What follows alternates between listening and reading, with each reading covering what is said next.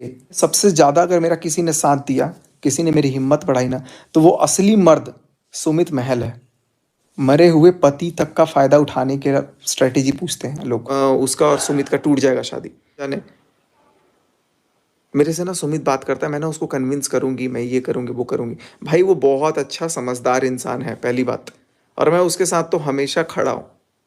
जब भी उसको जहाँ भी ज़रूरत है मैं खड़ा हूँ। क्योंकि मैं 8 से 10 वीडियो तो बनाऊँगा। देखो भाई, अगली कह रही है जब, कह रही इस चूतिए से सगाई करके तो मेरे तो 15 लाख बन गए। बोला है 15 लाख कमा रही हूँ मैं। क्या इंसान है भाई। इस महीने तो हेलो गाइस, जैसे कि आप सभी को पता है सचिन ने नेहा के कुछ खुलासे किए हैं, जिसमें नेहा ने कहा था कि सचिन, जो कि मैं शादी की है सुमित महलान से, मेरी बातें होती उन्हें मैं अच्छे से कन्विंस कर लूँगी। हालांकि नेहा और सचिन का शादी करने का पूरा इरादा था और नेहा सचिन से बातें करती थी। आफ्टर एंगेजमेंट के बाद भी उन्होंने सचिन का पीछा नहीं छोड़ा था और उसका कहना था कि एंगेजमेंट से मैंने 15 लाख रुपये कमा लिए हैं। तो सचिन को इस चीज़ की खलत थी और सचिन का भी कहना है कि अब मैं नहीं छोड़ूंगा, मैं भी इस कॉन्ट्रोवर्सी पे 12 से 13 वीडियो बनाकर 15 लाख ही कमाऊंगा।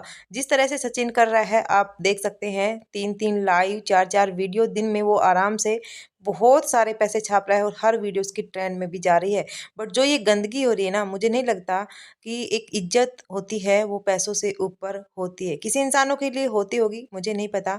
बट जो भी ये काम हुआ है उसमें कहीं ना कहीं सुमित को सब कुछ पता था।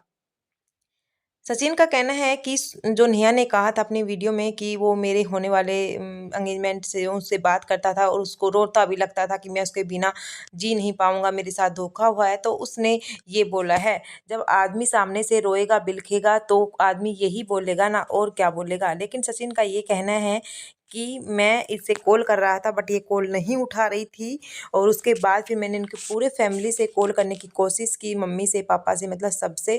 बट किसी ने इन्हें ब्लॉक कर रखा था और किसी ने इनका कॉल नहीं उठाया। इस वजह से मुझे लगा कि मुझे अपने मन को हल्का करना है और अपने मन की बात किसी को बतानी है। तो मैं सचिन से एक बात पूछना चाहूँगी, आप अपने मन की बात आखिर क्यों इनके फैमिली को ही बताना चाहते थे? आपका भी तो इतना बड़ा फैमिली था। कहीं न कहीं आप नेहा के प्यार में बिल्कुल पागल हो चुके थे। तो गाइस, सचिन का ये मानना था कि मतलब नेहा कॉल नहीं उठा रही थी क्योंकि सचिन कहना चाह रहा था कि मैं शादी करूंगा तो तुमसे ही करूंगा, और उनकी पूरा शादी का प्लान भी था। बट नेहा के फैमिली वालों ने प्रेशर वगैरह दिया होगा, इसकी वजह से उनके फैमिली ने नेहा की कॉल वगैरह बंद करवा दी। इसके बाद इन्होंने उसके फैमिली से कॉल करने की बात की बट किसी ने भी जब इसका फ़ोन नहीं उठाया तो सचिन को गुस्सा आया और उसने सुमित मलान से फ़ोन मिला लिया और सुमित को सारी वो बातें बता दी। उसने बता दिया कि मैं बहुत ज़्यादा डिप्रेशन में जा रहा हूँ, बहुत परेशान हो चुका हूँ और इसके बिना मैं नहीं रह पाऊँगा। यानी कि उसका पूरा-पूरा कहना था कि शादी करूँगा तो मैं नेहा के साथ करूँगा और कहीं न कहीं उस शादी को तुड़वाना चाहता था क्योंकि एंगेजमेंट तो हो चुकी थी बट नेहा से अभी भी वो बातें कर रहे थे और नेहा भी इनके साथ बातें कर रही थी।